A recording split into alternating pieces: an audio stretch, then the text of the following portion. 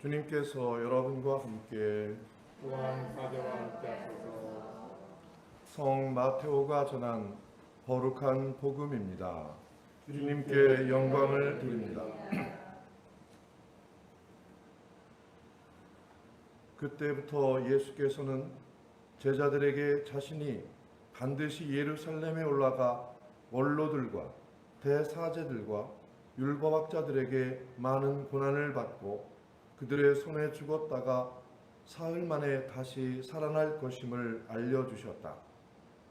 베드로는 예수를 붙들고 주님, 안 됩니다. 결코 그런 일이 있어서는 안 됩니다. 하고 말리었다. 그러나 예수께서는 베드로를 돌아다보시고 사탄아 물러가라. 너는 나에게 장애물이다. 너는 하느님의 일을 생각하지 않고 사람의 일만 생각하는구나. 하고 꾸짖었다. 그리고 제자들에게 이렇게 말씀하셨다. 나를 따르려는 사람은 누구든지 자기를 버리고 제 십자가를 지고 따라야 한다.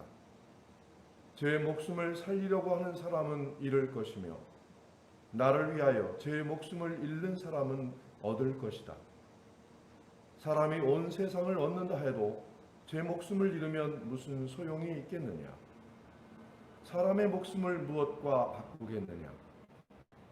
사람의 아들이 아버지의 영광에 쌓여 자기 천사들을 거느리고 올 터인데 그때에 그는 각자에게 그 행한 대로 갚아줄 것이다. 나는 분명히 말한다.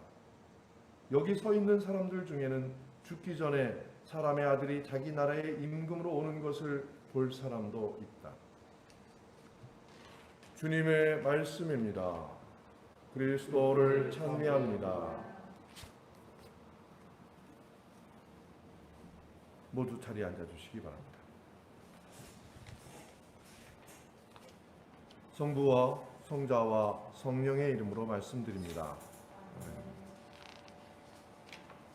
오늘 제2독서 로마서 12장의 9절에는 사랑은 거짓이 없어야 합니다 라는 말로 이렇게 시작하고 있습니다. 사도 바울은 그리스도인들의 사랑은 그 위에 남을 존경하는 일, 나그네를 대접하는 일, 그리고 자신을 박해하는 사람들을 보복하지 않는 일, 이런 일들로 그리스도인들이 어떻게 생활해야 될 것인가 라고 하는 것들을 설명하고 있습니다. 사도 바울이 그리스도인들에 대한 정의를 이렇게 내리는 데에는 로마서 1장서부터 11장까지 그때 당시 그리스도인들이 겪고 있는 분열과 갈등의 모습을 어떻게 하느님의 말씀으로 통일할 것인가, 통합할 것인가 하는 문제에 대한 진술들이 쭉 있고 난 다음에 그리스도인들이 하나가 되어서 그리스도인들이 다시 태어나려면 어떻게 해야 할 것인가, 새 사람이 되어야 한다 라고 하는 말로 이야기를 하고 있습니다. 오늘날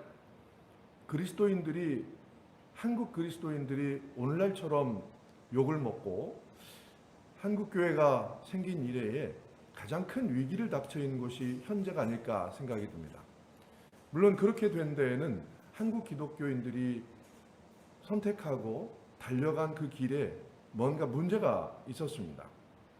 저는 그것은 사랑의 길이 아니라 욕망과 갈망의 길이었다, 이렇게 생각을 합니다. 우리 안에는 모두 다 욕망들이 있습니다. 특히 한국의 근대사, 한국 현대사는 욕망을 충족하고 욕망을 달성하는 그런 성취의 역사였다, 이렇게 이야기를 할 수 있겠습니다. 우리가 잘 살게 되었다, 선진국가의 문턱에 들어섰다라고 하는 것은 결국 우리가 잘 살아보겠다라고 하는 욕망을, 또 갈망을 충족시키기 위해서 모든 것들을 그것에 집중하고 그것에 매달렸다. 그 결과 우리는 이런 일들을 일으켰다라고 하는 것입니다. 그래서 한국 사람들은 자부심이 대단합니다. 한국 교회는 이런 일들에 앞장서온 사람들로서 자기 자신들이 스스로 굉장한 자부심을 느끼고 있습니다. 그러나 이러한 성장과 성취의 이면에는 경쟁에서 이겨야 한다는 그런 승리주의의 욕구, 이 욕망을 자기 스스로 엄청나게 불태웠던 것입니다. 그래서 한국 기독교회는 세계 어느 기독교와 다른 아주 특별한 모습을 지니고 있습니다. 그것은 굉장히 성취욕이 강하고, 그것을 좀 다른 말로 보면 욕심이 많고, 그리고 성장에 도취되어 있습니다. 조금 심하게 말하면 성장 중독 환자들이다, 이렇게 얘기할 수 있겠습니다. 전국 어디를 가나 교회 성장해야 한다 라고 하는 이 이야기를 하지 않는 교회가 없습니다. 성장이라고 하는 것이 무엇인가 라고 하는 것들을 신학교에서 차분하게 분석하고 가르치고 이렇게 배웠습니다. 그러나 신학교에서 배운 거 아무 소용이 없습니다. 졸업해서 교회만 가면 모든 사람들은 교회를 성장시켜야 한다 라고 하는 이 논리에 그냥 빠져들고 맙니다. 이렇게 된 데에는 그동안 한국 기독교회가 사랑이라고 하는 것이 무엇인가, 우리가 진정으로 기독교인으로서 돌봐야 할 것이 무엇인가 라고 하는 것들을 생각하지 않고 성찰하지 않은 결과라고 생각이 듭니다. 지난주에 우리는 로마서 12장 1절부터 읽었습니다. 지난주에 자신의 몸과 영혼을 하느님께 드려 합당한 산 제물이 되다 하는 우리 감사 성찬예의 기원이 되는, 우리를 하느님께서 기뻐하실 거룩한 산 제물로 바치라는 사도 바울의 말씀을 들었습니다. 그에 이어서 우리는 오늘 사랑은 거짓이 없어야 합니다 라고 하는 그 사도 바울의 이 말은 이제 이방인 크리스찬들과 유대인 크리스찬들이 하나가 되어서 어떻게 기독교의 새로운 정체성을 만들어 갈 것인가 라고 하는 그 모습을 사도 바울이 이제 결론부에서 그려내고 있는 것입니다.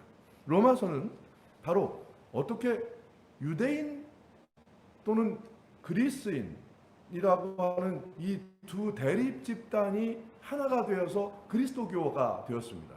그리스도교회는 유대인 가운데에서 태어났지만 그 유대인 가운데에 이방인들이 섞여 들어오기 시작했습니다. 유대인들은 이방인들에 대한 전도는 했지만 그냥 섞여 들어오는 것을 원치 않았습니다. 그러나 그리스도교회는 이방인들도 그냥 할례받지 않고 누구든지 하나님을 자유롭게 믿을 수 있다라고 하는 것들을 가르쳤기 때문에 그리스인들에게는 새로운 민족과 민족이 하나가 되는 그 길을 연 종교로 이렇게 인식이 됩니다. 그래서 그리스도교, 그때 당시 새롭게 만들어진 이 예수를 따르는 그리스도교회는 유대인들 같은 측면이 있으면서도 이방인들에게 한없이 널려 있고, 굉장히 권위주의적, 율법주의적인 전통을 가지고 있지만 여성들과 수많은 죄인들이라고 규정되었던 수많은 하층민들을 다 끌어안는 그런 모습으로 새롭게 형성되어 가고 있습니다. 그것을 사도 바울은 사랑은 거짓이 없어야 합니다, 이 말에 다 담았다고 생각이 듭니다. 우리 그리스도교인들은 사랑을 전파하는 사랑의 선교사들입니다. 근데 그 사랑이라고 하는 것이 무엇이냐 하면, 오늘 로마서에서 이야기하는 이 사랑은 적대시하지 않고, 그것이 비록 나와 다른 사람일지라도 그 사람을 받아들이고 수용해주는 그런 수용의 사랑입니다. 그리고 내 것만 고집하지 않고 다른 사람에게도 하나님이 있을 수 있다라고 하는 것들을 열어놓고 그 사람에게서 하나님을 발견해내도록 유도하는 그런 종교가 바로 그리스도교회였습니다. 그렇기 때문에 사도 바울이 이야기하는 이 사랑이란 나그네를 소홀히 대접하지 않고 나를 박해하는 사람일지라도 그 사람을 미워하지 않는 것, 이것을 사랑이라고 얘기했습니다. 근데 오늘날 우리는 이 사랑을 얼마나 실천하고 우리 그리스도교인의 가장 핵심적인 가르침이라고 생각하고 있습니까? 사실은 사랑은, 우리 기독교인들이 이야기하는 사랑은 내가 먼저 성장하고 내가 먼저 부자가 된 다음에 그때 나눠주겠다, 이런 정도의 생각을 하고 있습니다. 저는 이것을 이웃 돕기 사랑이라고 합니다. 근데 예수님은 이웃 돕기 사랑을 가르치지 않았습니다. 예수님은 이웃을 내 몸처럼 사랑하라고 말씀하셨습니다. 이웃을 돕는 것이 아니라 이웃은 내 몸입니다. 다시 말하면 이웃이 내 몸이라면 나는 바로 이웃과 하나가 되는 그런 존재로 다시 태어나야 하는 것이죠. 오늘 사도 바울이 이야기하는 이 사랑의 실천이라는 차원에서 오늘날 한국 기독교회를 반성하자면 우리는 철저하게 사랑을 외면한 종교가 되었습니다. 내가 성장하고 내가 살기 위해서 라고 하는 논리 뒤에 사랑을 완전히 짓밟아 버렸습니다.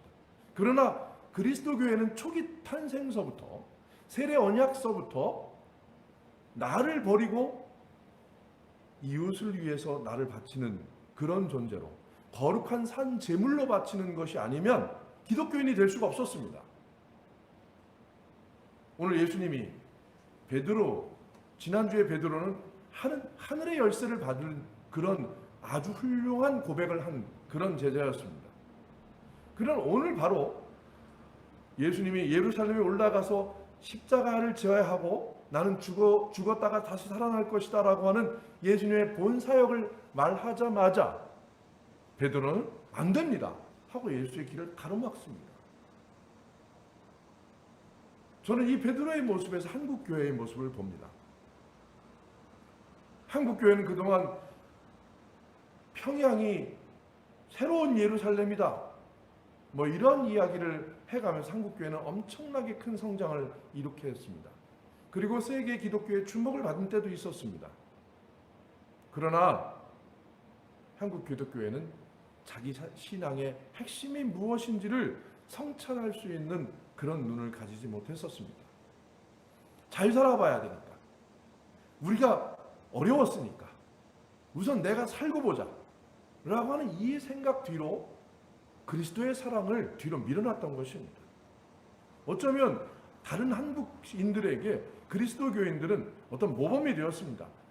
저렇게 열심히 노력해야 잘 사는구나, 저 사람들 참 열심히 사는구나, 이런 모습은 보여줬을지 모르지만 예수님의 사랑을 보여주지 못했습니다. 그렇다면 우리가 지금 베드로가 예수님이 십자가의 사랑을 보여주려고 할 때 가로막은 베드로처럼 우리의 모습이 그렇게 전락되지는 않았는지 성찰해 보아야 합니다. 그래서 예수님은 사탄아 물러가라 이렇게 말씀하십니다. 너는 나에게 장애물이다 이렇게 말씀하십니다. 정말 현재의 한국교회는 예수님의 장애물이 되었습니다. 한국교회 때문에 한국인들이 예수를 미워하게 되었습니다. 예수를 오해하게 되었습니다. 어떻게 이렇게 됐을까요? 지난주에 읽은 베드로의 모습과 이번 주에 읽은 베드로의 모습, 마태복음 16장에 나란히 이어지는 하나의 스토리에서 이렇게 돌변하는 모습 가운데에 우리의 모순이 있던 것처럼 한국교회는 이제 심각한 자기 모순에 빠졌습니다. 이 신앙을 회복하지 않으면 안 됩니다. 그것은 바로 사도 바울이 말하는 것처럼 사랑엔 거짓이 없어야 합니다 라고 하는 이 말로 시작하는 오늘 서신을 다시 한번 읽어야 합니다. 그리고 예수님이 베드로에게 사탄아 물러가라 너는 나에게 장애물이다 라고 하는 이 선언을 지금 우리에게 행하는 예수님의 말씀으로 알아들어야 합니다. 우리는 사람의 일만 생각했지 하나님의 일을 생각하지 않았습니다. 진정한 사랑이란 하나님의 일을 먼저 생각하는 것입니다. 하나님의 눈으로 이웃을 발견하는 것입니다. 우리 주변은 한국 사회는 수많은 새로운 이웃들이 생겨났습니다. 그전엔 모두가 가난했고 그전엔 모두가 다 힘들었지만 지금 우리는 어느 정도 잘 살았는데 우리의 잘 사는 모습을 보고 이웃의 못 사는 국가에 있는 사람들이 모두 한국에 와서 잘 좀 같이 살아보겠다고 달려왔습니다.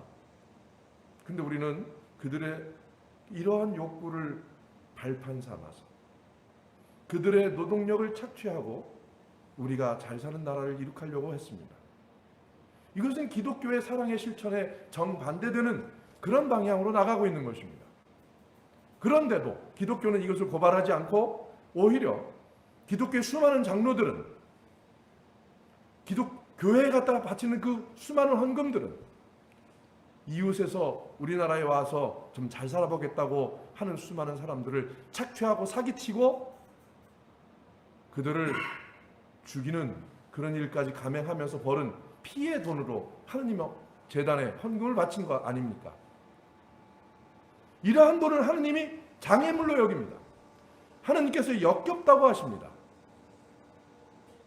어떻게 한국교회가 이렇게 타락했습니까? 이제 우리는 다시 예수 그리스도께서 말씀하신 그 뜻으로 돌아가야 합니다. 예수님께서 나를 따라오려면 누구든지 자기를 버리고 자기 십자가를 지고 따라오라고 오늘 복음에서 말씀하셨습니다. 자기를 버리고 자기 십자가를 지고 가는 길, 그것이 기독교인의 처음부터 끝입니다. 알파요 오메가입니다. 예수님을 따라가는 길이 바로 그 길밖에 없다는 것입니다. 우리는 세례를 받을 때 자기를 버린다고 맹세를 하고 세례를 받습니다. 그리고 그것으로 끝이 아니라 그렇게 시작한 세례가 끝까지 나는 내 스스로를 버리고 다른 사람들을 섬기면서 사는 새로운 하느님 나라의 일꾼으로 우리는 새로 거듭나야 하는 것입니다. 우리는 수많은 세력을 만드는 게 우리의 일이 아닙니다. 우리는 하느님 나라의 일꾼으로 내 한 사람이 거듭나는 것, 그것이 목표입니다. 그것이 온 세상 사람들과 온 세상과 바꿀 수 없는 한 사람의 생명을 구하는 길이고 온 우주를 바꿀 수 있는 첫걸음입니다. 그런데 우리는 세력을 만드는 큰 교회 만들고 그것으로 세력을 과시하는 그런 기독교로 변질되었습니다. 이제 그리스도의 사랑은 자기 자신이 나를 버리고 새롭게 새 사람으로 바뀌어서 온 세상에 가장 힘든 사람들을 찾아가는 그런 기독교인들로 다시 거듭나야 합니다. 한국 교회는 이 일에 열심히 했을 때가 있었습니다. 그런데 어느덧 지금 그 수많은 성직자, 목사님들, 성직자들은 이름 없이 아주 조그만 교회에서 정말 어렵게 살면서 힘든 사람들을 섬기고 있습니다. 그런데 대형 교회라고 하는 사람들, 장로들이 판을 치는 그런 교회가 한국 기독교회가 먹칠을 하고 있습니다. 예수님께서 오늘 하신 말씀, 나를 따르려는 사람은 누구든지 자기를 버리고 제 십자가를 지고 따라야 한다 한 이 말씀이 우리의 처음이요 끝입니다. 제자가 되기 위해선 이 말씀을 실천하는 것입니다. 한국의 제자 훈련은 교회 성장을 위한 다단계 훈련 프로그램처럼 변질되었습니다. 그러나 예수님께서 하신 제자는 자기를 버리고 자기 십자가를 지고 예수를 따라가는 것입니다. 그래서 나는 비록 보잘것없는 사람이지만 나한테서 예수님의 사랑을 다른 사람에게 보여주는 것, 이것이 기독교인의 알파요 오메가입니다. 이제 우리들이 그리스도인의 사랑을 실천하는 새로운 기독교인들로 새 사람으로 거듭나는 그런 계기가 될 수 있기를 바랍니다. 성부와 성자와 성령의 이름으로 말씀드렸습니다. 아멘.